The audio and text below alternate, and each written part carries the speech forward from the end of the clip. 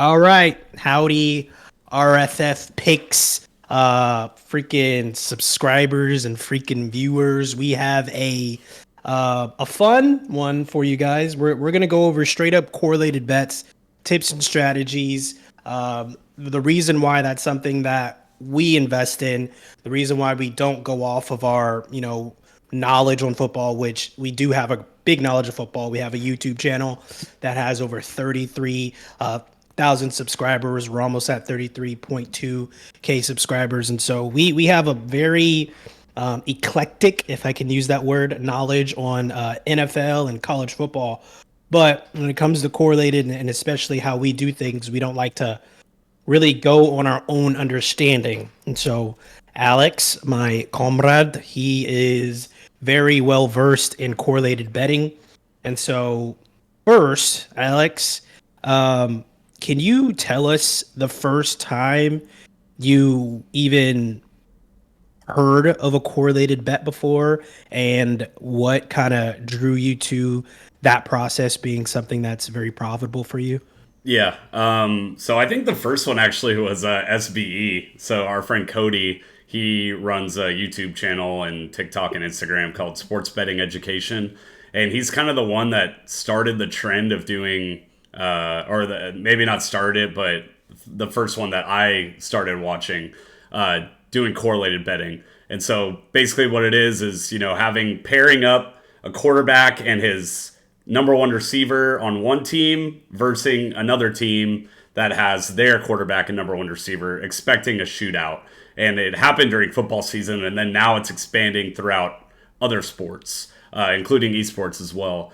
And so yeah, he's the one that kind of started it, and then you kind of started realizing that it was a good thing to do when you look at books like PrizePicks, or not PrizePicks, sorry, FanDuel and DraftKings, because they know the correlated betting. If you look at the odds on FanDuel or DraftKings, the odds are diminished a lot. But if you take it over to PrizePicks, you can get it on the same odds on or this the 25x odds on PrizePicks rather than like one of these books that's only giving you 2x or 10x payouts. So that's kind of what started the trend of the whole like correlated betting. Okay, and then why? So that's something that we use and we like correlated. Give me a couple of cons. Give me some reasons why you shouldn't get into correlated betting. What are some cons with correlated betting? Yeah, I mean, I think for me, one of the sus things that I have on correlated betting is just the odds of winning, honestly. It's one of those things that you're going to take, maybe 20 L's in a row, and then you might hit like three good ones. Usually I'm more of a like, low risk, low reward person, but these bets are very high risk, very high reward. But in the end of the day, it is profitable long term. So you can get in some ruts, I would say. Maybe in a span of 12 months, you might have three really bad months. But at the end of the day, you just have to kind of trust the process. It's like the 76ers. Maybe they'll eventually get their trophy. But that's kind of one of the cons, I would say, when you're taking these bets. You have to understand that it's like a 5% chance, but I would say maybe more of like an 8% chance to win, but you're getting it at 4% chance. So you have to acknowledge that little area of growth that you can have, right? Right. And I'm gonna spew out a little bit of a con as well. I'm gonna use a football reference just because like that's our bread and butter. If there was ever a correlated ticket that came out, and we saw where it said take the Joe Burrow yards under on 278 yards, and then take the over on, we're playing against the Panthers, so take the over on, Adam Thielen receiving, freaking, what's that guy's name? Hayden Hurst over receiving, and then a few other receivers over receiving on the Panthers. I look at that and I'm like, wait, no, the Bengals have a good defense. No, Joe Burrow is going to light up their defense. Why would I take the under? So I think a con would be, for those that have a real grasp on the sport that they're betting on, let's say if it's esports and they have, let's say Faker gets on a ticket and it says in 2 games take the freaking 8 or 7 kills less than. And you're like, wait, what? Like it's Faker. Like we want to take the over. I would say a big con is having that butting of heads with your own knowledge and you kind of still like like if you're really into that genre that you're betting into, and even if you're a fan of who you're betting into, going against the bet, going against the grain on your own logic, and sports betting, it's still a gut thing to an extent. It's still a little bit of a gut feeling, but with correlated betting, it's about removing emotions and removing all of that sense. And the best thing, the funny thing about it is, yes, within a correlated bet, and we can use that Joe Burrow one I just said. It would also make sense if I were thinking like a machine. Okay, yeah, the Bengals can get out to a lead very quickly. We start running the ball, and then the Panthers, even though the Bengals have a good defense, the Panthers start throwing it more because they're from behind. And I don't see that because I'm emotional, I'm too logical, and it turns out like the system is right in that case. So Yeah. I would say that's a con. I think you made a good point when it comes to going against the grain. That's one of the things that I'm really into. I like going against what people think. And I mean, a prime example is I just mentioned this in our last video. The Super Bowl was a positive correlated bet. It was good. It was on both sides. We had a PrizePicks bet. I think 5 out of 6 ended up winning, but that was I'm using what you said as what I was thinking because when I saw the tool and I'm about to put in a bet for Purdy over passing yards, I'm sitting over here thinking in my head, oh, the Chiefs are a top 3 defense. Purdy, I mean, he's like a 1-year guy and he's going into the Super Bowl. Like, he's not going to have a lot of passing yards. Like, you know what I'm saying? And he ended up getting like 260, which was over his projected. So, Yeah. a lot of times people are gonna want to do something, but sometimes you want to do the opposite. Like you were kind of saying, like Bryce Young, Thielen, like over. But sometimes that's the right play because there are more people out there that are betting his under. So then you're getting value at betting the over. So Yeah. that's kind of another way that you can think of it. Sometimes exactly what you said. You just got to be brainless. Sometimes Yeah. you gotta can't be even brainless. you can't put your sports knowledge into some of these correlated betting.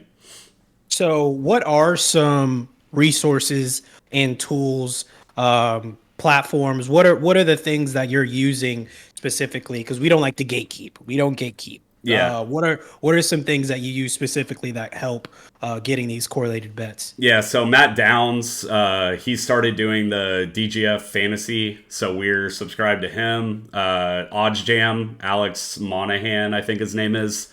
Both of those guys are extremely good resources. Alex is one of the guys that I found about 3 years ago and have been using him ever since. I follow him on Twitter, get his notifications, and it's just to me, it's a very positive community because I feel like there's a lot of negative connotations towards gambling and not just those sides, but also that you just lose money all the time.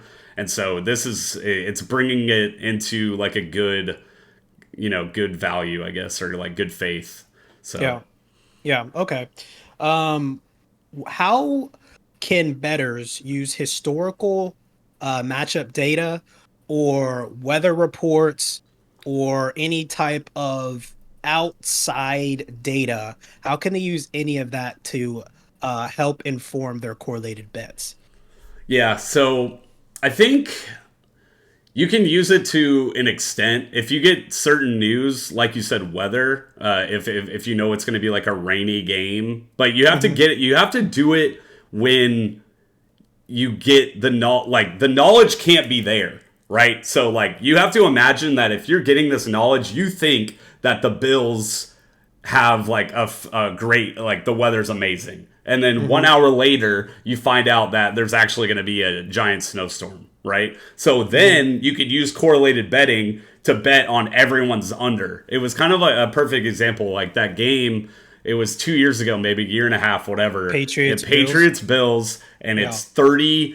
30-mile-per-hour winds, and I think Mac Jones had like one pass the entire Mm-hmm. game or like one completion. So that would have been a prime like under correlate or And he won, under and he won. We got under to say he won. correlation, right? So I think you have to don't think of, if you already know what the matchup is, it's not as good. So if you the sportsbooks already know that, right? So imagine it's a horrible game. It's the Panthers versus the give me another bad team like The Ravens. okay. All right. Well, we're just wrong here. We're just all right. Cardinals, Panthers, pre Kyler Murray Thursday night football game, and someone's over here saying, "Oh, it's going to be 0-3, and the game's going to be horrible." The sportsbooks already have this knowledge, right? They already know that it's going to be a low scoring game. It's going to be 20-17, whatever. So basically, what I was saying earlier is don't use that outcome or don't use that knowledge as how you're betting, but use certain things along the way to make that adjustment, I guess.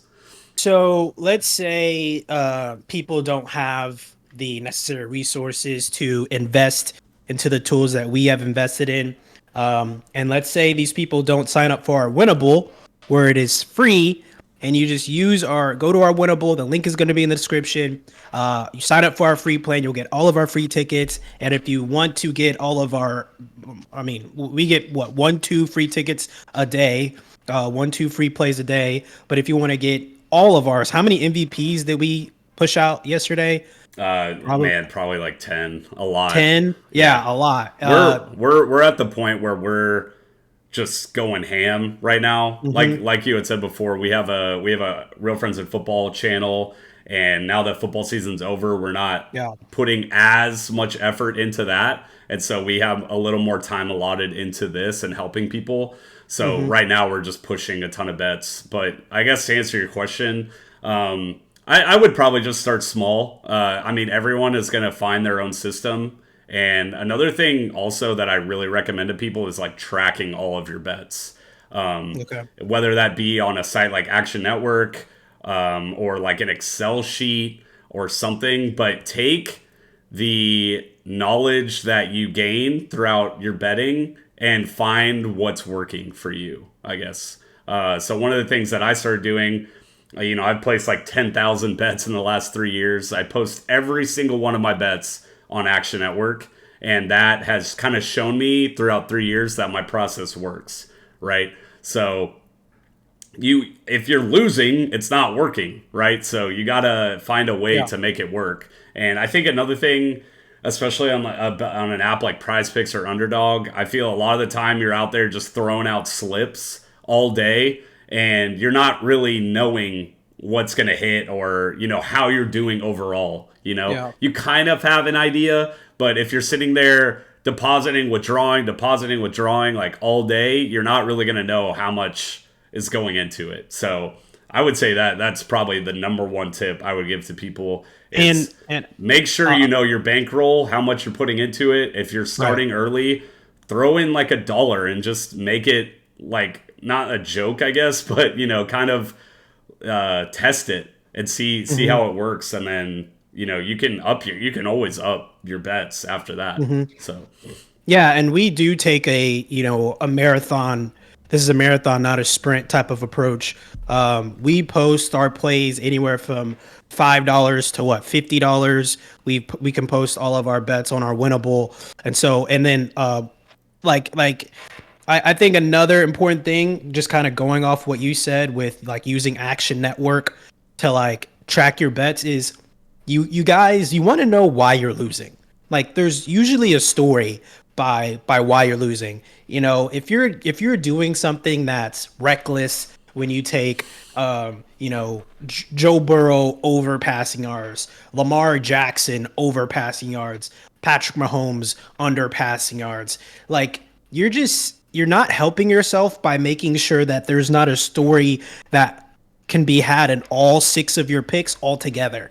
Like the good thing, I'm saying like way too much, I don't know why. The good thing about why Correlated is so beneficial is you can make a story with all 6 of your picks as opposed to just each story with each pick. So if you have, Joe Burrow going over, Lamar going over, Patrick Mahomes going under, Josh Jacobs going over, you're saying, oh, Joe Burrow's going to beat this defense really well. Oh, and then in a whole new game, Lamar Jackson's going to do this defense really dirty. And then a whole new game, Patrick Mahomes is going to do bad. Then Josh Jacobs is going to do good. Those are four different stories that you have to create. But when you do a correlated betting example, you can limit I feel like you're awakening your possibility to hit. If you could just make one big story with one ticket with all six players being on the same play, like you just make a big story with just one go at it. And so I personally believe when you use Action Network,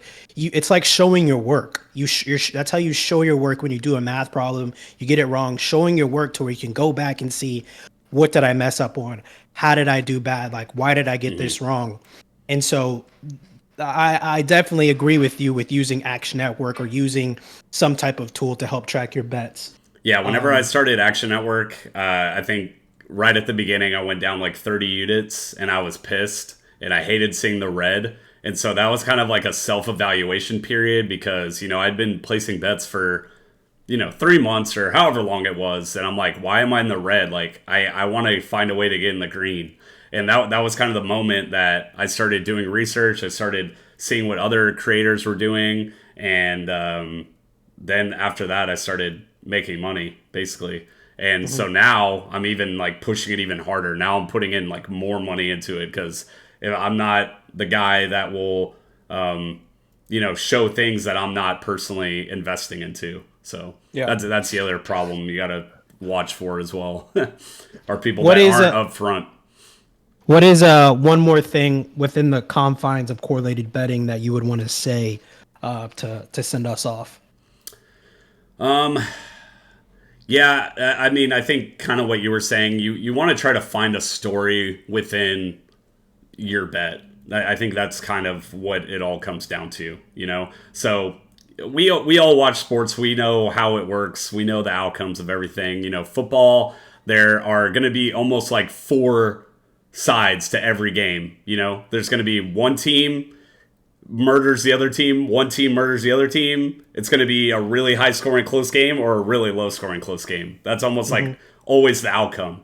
And so you have to, and then there's overtime too. So you also want to use overtime in your advantage. So, or even injuries can be, good for unders sometimes. And so you have to start looking into things like that. And kind of like you said, I feel like a lot of times when people post PrizePicks things, I get frustrated when I see a bunch of just 5 sports, 5 different things, and there's absolutely they're just doing it based off of gut, They're like, oh, I think Curry's going to have more than 6.5 assists because last game he did. That's not there. And then I'm going to bet on Purdy to go over passing yards because I like him a lot. I think that is the issue with a lot of people. They do that a lot of the time. And if you just eliminate all those stupid things that you do, you can at least lose less money at the end of the day, So I feel a lot of people just bet with their heart, and you just have to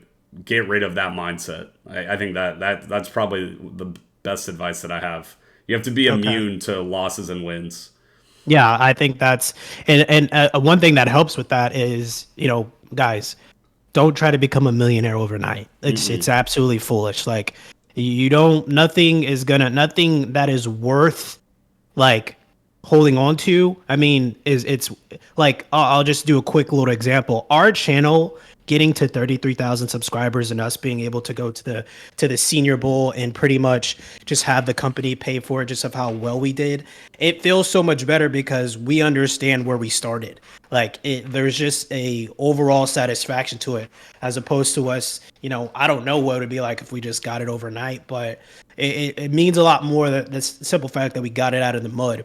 In a beautiful way. And then one thing I'll say about correlated bets is, guys, you don't have to do it on your own.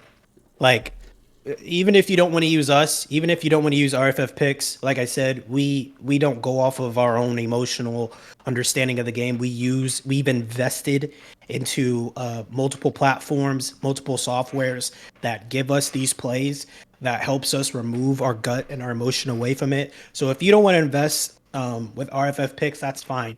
Find someone on Twitter that you can vet, that has a brand, that has a respected following, that you understand their processes, and you can make money that way, or beat the system that way. If you are trying to, if you're working a 9 to 5 job, or you're just trying to have fun, or you're just trying to you're trying to get it out the mud like us, like, don't go about it by yourself. There's no benefit to that necessarily. Don't think that not everyone is a scammer out there. We understand that there are a few scammers out there, but not everyone is a scammer. Some people actually, believe it or not, when you get to a certain level of success, your motto does become, okay, yeah, there are a lot of people out there losing a lot of money.